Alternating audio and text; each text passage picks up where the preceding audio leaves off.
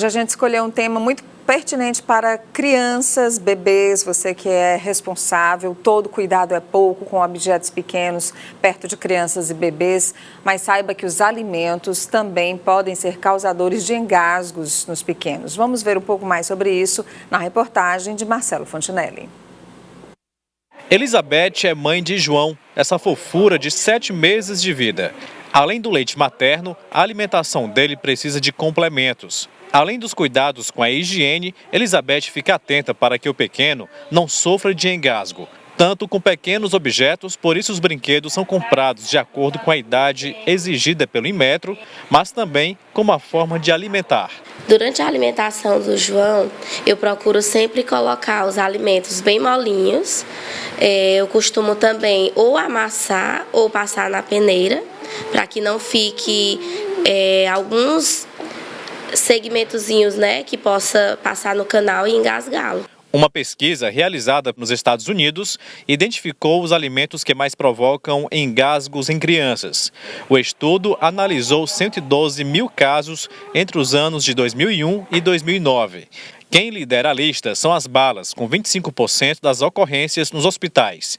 Em seguida, vêm as carnes, ossos, frutas e vegetais, leite, sementes e castanhas. A lista ainda inclui pipoca, biscoitos, salsicha, pães e batatas fritas. Existem 2 sinais de engasgo. O parcial, quando ainda passa um pouco de ar. A criança apresenta tosse rouca e chiado no peito. Já o engasgo total é quando as vias respiratórias estão totalmente obstruídas. Não é possível falar nem tossir e a criança vai começar a ficar com os lábios arroxeados pela falta de ar. Por mais que seja desesperador, é preciso manter a calma e ajudar a desengasgar. O tenente Everton, do Corpo de Bombeiros, explica como proceder nesses casos. Você coloca a criança no seu antebraço ou na sua coxa, de forma que ela fique com a cabeça mais baixa do que o tronco. Você vai empurrar nas costas da criança, forçando, para que o corpo estranho, que está obstruindo as vias aéreas dela, possa se deslocar e sair, Caso você não consiga dessa forma, você pode virar a criança de decúbito dorsal, com a parte da frente para cima, e empurrar abaixo do externo da criança, que é esse osso que fica aqui abaixo do tórax, abaixo do externo. Se a criança não estiver respirando, estiver ficando cianótica, que é aquela roxidão, aí a gente aconselha fazer a ventilação. O que seria a ventilação? É soprar dentro da boca da criança para que ela venha conseguir respirar. Nossa, parece meio desesperador mesmo, Nós convidamos aqui o médico pediatra Ramon Nunes. Doutor Ramon, bom dia. Bom dia. Doutor Ramon já estava assistindo a reportagem, dando várias dicas. Doutor Ramon, a gente resolveu falar sobre esse tema porque na semana passada muitas mães e responsáveis acompanharam com muita apreensão o caso de um bebê de 5 meses que foi deixado pelos pais na companhia de outras crianças menores e acabou se engasgando com o leite materno, aspirou aquele alimento e, sem socorro devido, acabou morrendo. Então, a gente mostra até uma imagem aqui da ilustração, no caso dos alimentos e do leite. É possível realmente acontecer isso? Olha, Nádia, primeiro bom dia, obrigado pelo convite. Realmente a alimentação na criança é um fator de risco para engasgos, porque a gente depende do desenvolvimento neuropsicomotor da criança, Então, por isso que a gente precisa introduzir a alimentação no momento devido. A recomendação é que até os 6 meses seja exclusivo leite ou leite materno, ou alguns leites de fórmula. E a partir dos 6 meses, desde que a criança tenha um controle de tronco, segure a cabeça ereta, consiga se apoiar, sentar sem apoio, ela pode começar a introdução da alimentação complementar. Mesmo com leite, pode acontecer o engasgo dependendo da posição que acontece essa mamada. Então, a recomendação é sempre a cabeça estar mais acima, depois da mamada manter a criança pelo menos 30 a 40 minutos, mesmo depois do arroto, que a gente coloca para arrotar, deixa 30 a 40 minutos, para dar o tempo daquele estômago esvaziar e diminuir o risco de regurgitação. Tá? E na hora de colocar deitadinho, coloca de lado ou coloca de A recomendação é barriguinha para cima para os bebês menores, tá? Para evitar o risco de morte súbita do lactente, porque às vezes deitado de barriga para baixo o lado, ele pode asfixiar também e ter morte súbita. Deitado de barriga para cima, mas com a cabeça lateralizada, para que caso ele regurgite, o leite possa escoar e não fique preso na via aérea. A gente mostrou aí as manobras que são feitas, A gente tem manobras feitas em bebês menores e tem manobras feitas também em crianças crianças um pouco maiores.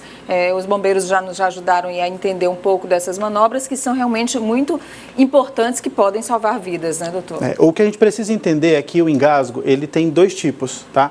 Que é o parcial, que é aquele que ainda tem passagem de ar. Então, apesar de ser desesperador, ele não é tão grave imediatamente. Então, é aquela criança que consegue tossir ou falar. O que todo mundo faz é quando a criança está engasgada, começa a tossir, todo mundo pega, sacode, dá tapa nas costas, né? E isso são manobras que são contraindicadas. O tapinha nas costas de uma criança que está tossindo, eu posso fazer o alimento descer mais rápido para a via aérea. Então, a tosse é um mecanismo de defesa. É um jato de ar com uma potência muito grande tentando expelir o alimento para fora. Tá? Aquela criança que tem engasgo e não tem passagem de ar, ela tem tosse sem som, não consegue chorar, está sem voz, essa precisa de manobras imediatas. Tá? Então, a criança, que são essas, né? Que são as manobras de Heimlich, que a gente chama.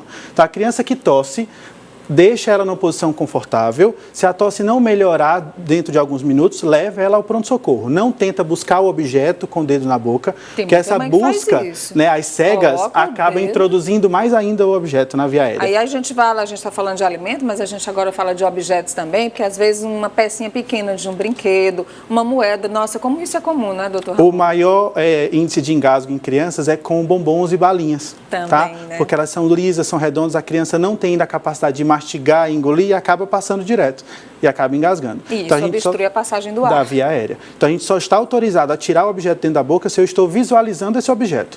A busca às cegas é contraindicada porque eu posso piorar o quadro. Tá? Bom, a gente fala desses objetos, em muitos casos, só conseguem ser retirados no hospital e em muitos casos também esses objetos, felizmente, acabam passando e aí vão acabar lá no estômago, né? A gente tem uma proteção já da via aérea, tá? Que é a epiglote, que é uma cartilagem que quando a gente come, ela tampa a via aérea e aí passa para o estômago, tá? Aí é diferente, não é um engasgo, é o que a gente chama de entalo, fica entalado, mas passa o ar. A diferença é a passagem de ar, tá? Mas pode acontecer do alimento ou objeto ele descer lá para a via aérea inferior, que são os brônquios, bronquíolos, e aí causam problemas como chiado no peito, pneumonias de aspiração, que precisa de um tratamento retirado, às vezes, com procedimento cirúrgico. Nós temos uma pergunta aqui da Regina, ela pergunta, doutor, é aconselhável dar água no momento do engasgo? Não, a gente não deve oferecer nada no momento do engasgo. Se a criança está tossindo, é aquilo que eu falei, deixa ela numa posição confortável e deixa ela tossir.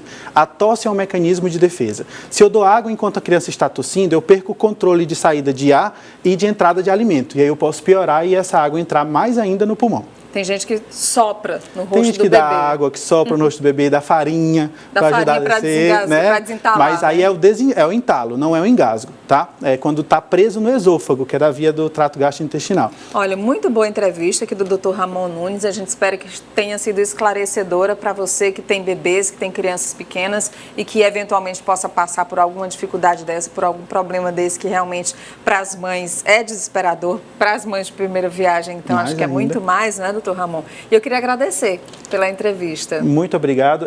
Só finalizar assim, todo acidente, engasgo, a nossa principal estratégia é evitar. Né? Então, estar preparado, consciente das manobras para evitar que aconteça. Depois que acontece, a gente perde muito tempo para conseguir remediar. Então, e toda mãe procura um pediatra para orientar as manobras a fazer em casa e o momento certo de introduzir a alimentação. Muito bem. E ficar vigilante, né? Nesse Sempre. caso, o bebê, infelizmente, morreu porque não tinha ninguém por perto para socorrê-lo. Então, a vigilância é sempre muito importante. Um bom dia, doutor Ramon. Bom dia, muito obrigado. Daqui a pouco você pode rever toda a entrevista e esse tema lá no CV Play, no nosso aplicativo.